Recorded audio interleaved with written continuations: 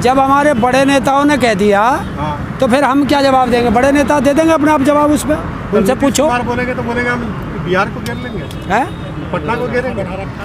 जब उन्होंने कह दिया है कि हर राजधानी में आंदोलन होगा तो आंदोलन होगा। आंदोलन करना तो हमारा अधिकार है, संवैधानिक अधिकार है, करेंगे। अगर हमें दिक्कत होगी तो आंदोलन ही तो करेंगे। अगर ये आंदोलन टूट गया तो आने वाली पीढ़ी पे असर पड़ेगा। महंगाई से असर पड़ सकता है, इससे असर नहीं पड़ेगा। नहीं, अब कोई, क्योंकि इनके पास कोई मुद्दा नहीं है। जब सरकारें कहीं फंसती है, कोई जवाब मांगता है, आज भी इसके लिए नेहरू जिम्मेदार है, तो ये हमारे भारत देश का दुर्भाग्य है। तो आप लोग भी तो जिम्मेदार होंगे अपनी पीढ़ियों के लिए। चलिए, हम होंगे तो हम देख लेंगे, हम होंगे तो हम देख लेंगे। पीढ़ी का भविष्य खराब कर रहे हैं आप। क्या क्या भविष्य खराब होगा? आंदोलन करके। आंदोलन का भाषण जो दिया था नेहरू ने, हाँ, लाल किले की प्राचीन से, उसके कारण आज महंगाई बढ़ रही है। तो आपका तो अच्छा, 1947 के भाषण से आज महंगाई बढ़ी है। हाँ, उसी का असर है। ये किसने कहा? मोदी ने? मध्य प्रदेश से जब, अच्छा, बीजेपी का होगा, स्वास्थ्य मंत्री है। स्वास्थ्य मंत्री है।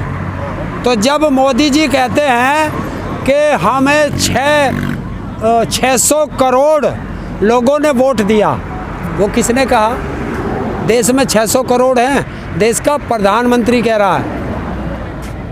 देश का प्रधानमंत्री कहता है, गृह मंत्री कहता है कि जो हमारे उस 2014 में दिए गए भाषण सब जुमले थे।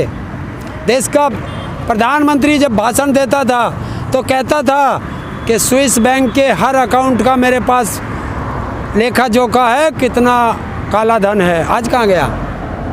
हरेंद्र जी, जो मोदी सरकार है देश में 7 साल से चल रही है, महंगाई के लिए भी कांग्रेस को कोसते हैं, भ्रष्टाचार के लिए कांग्रेस को कोसते हैं, फिर ये क्या कर रहे हैं? ये देश में हिंदू मुस्लिम जातिवाद, नफरत और आरएसएस का संविधान लागू करने के लिए आए। तो कामयाब हो जाएंगे क्या ये? हैं? हो जाएंगे कामयाब? देखिए, ये तो आप आम जनता को देखना है।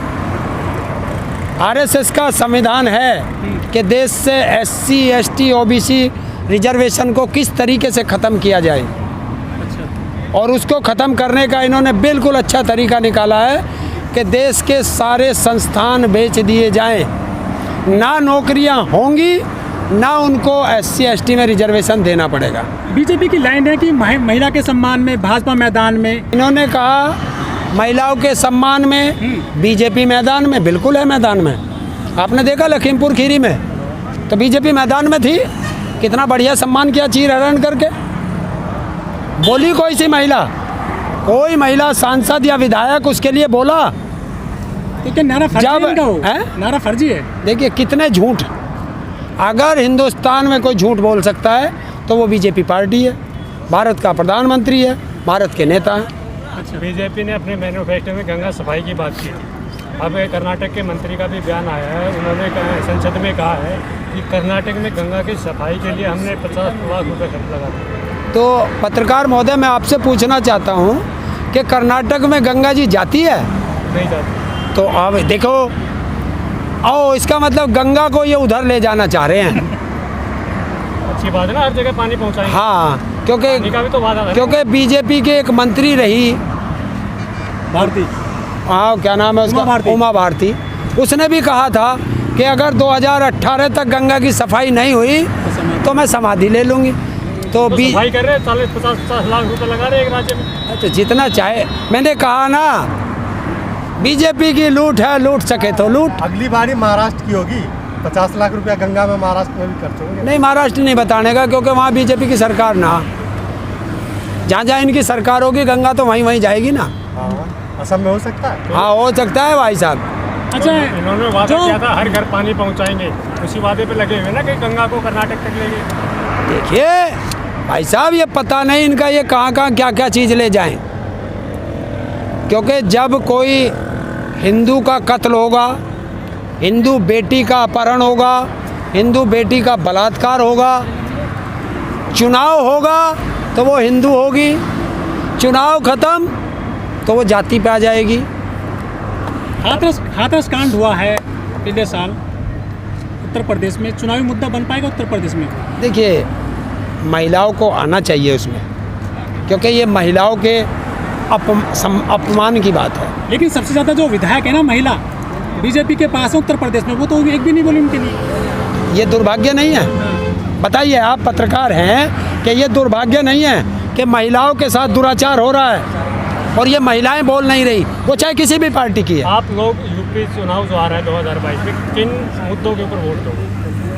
हम तो अपने बात करेंगे कि हमारे उत्तर प्रदेश की बात है तो उत्तर प्रदेश में 12,000 करोड़ के करीब हमारा गन्ने का पेमेंट है, हमें एमएसपी नहीं मिल रही, हमारा आलू की फसल बर्बाद हो रही है, उत्तर प्रदेश में पूरे भारत में सबसे ज़्यादा बिजली महंगी है, हमारे बच्चों को रोज़गार नहीं मिल रहा, हमारे बच्चों को शिक्षा नहीं मिल रही, हमारे बच्चों को स्वास्थ्य नहीं मिल रहा, सारे प्रदेश के शिक्षा, मुद्दे। स्वास्थ्य और महंगाई के मुद्दे पे। बिल्कुल हो गया। और जहाँ तक देखने को मिलता है यूपी का इतिहास, हिंदुत्व और जातिगत चुनाव ज़्यादा लड़े जाते हैं। देखिए, इतिहास बनने के लिए होता है तो इतिहास बदले भी जाते हैं और इस बार उत्तर प्रदेश इतिहास बदलेगा। हरेंद्र जी, वो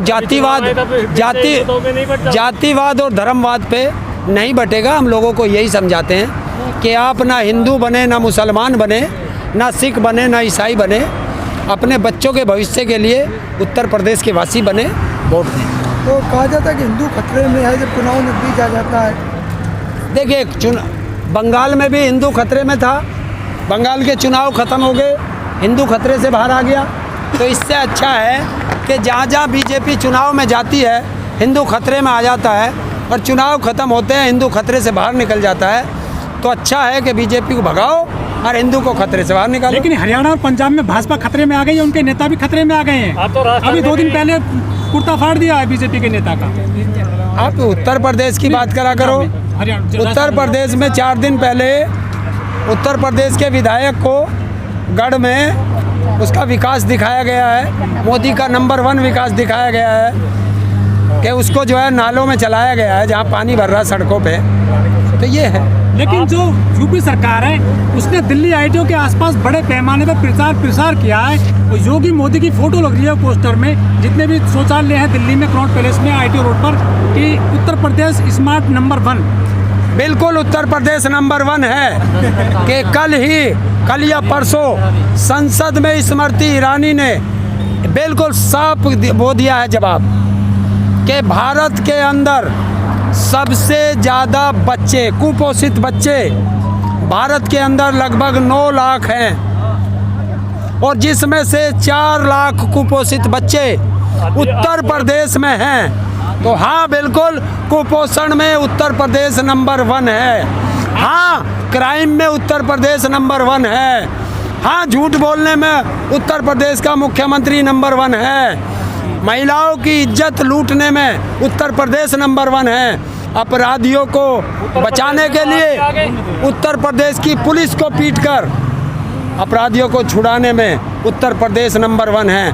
और उत्तर प्रदेश महाभारत काल से अब दोबारा से चीर हरण में नंबर 1 है। अच्छा, जैसे जैसे चुनाव नजदीक आ रहे हैं उत्तर प्रदेश में, योगी जी बड़ी सरकारी नौकरी निकाल रहे हैं आजकल। अभी तो इन्होंने वो जो गांव में जो वो बनेंगे, क्या बोलते हैं उन्हें, सचिवालय, जिसमें ग्राम प्रधान उन्हें रखेगा, 58,000 निकाले हैं। आपको पता है उसमें तनख्वाह कितनी है? 6,000 रुपये महीना। एक टेलीफोन ऑपरेटर, जो कंप्यूटर ऑपरेटर की नौकरी, 6,000 रुपये महीना, मतलब 200 रुपये। और जो मनरेगा का मजदूर है उसकी 220 या 25 रुपये। तो ये है, उसको भी ये उसमें जोड़ देंगे रोजगार में और वो 1 साल के लिए कॉन्ट्रैक्ट पर रखे जाएंगे। तो मोदी जी तो कहते हैं कि पिंचर जोड़ने वाला भी रोजगार करता है। पिंचर जोड़ने वाला, पकौड़े तलने वाला भी। अरे पिंचर जोड़ने वाला तो परमानेंट पिंचर जोड़ेगा, लेकिन ये कंप्यूटर ऑपरेटर तो 1 साल में फिर घर बैठ जाएगा और उसकी एज निकल जाएगी और वो फिर किसी काम का नहीं रहने का, ना वो पिंचर लगा सकता और ना कंप्यूटर ऑपरेटर रह सकता।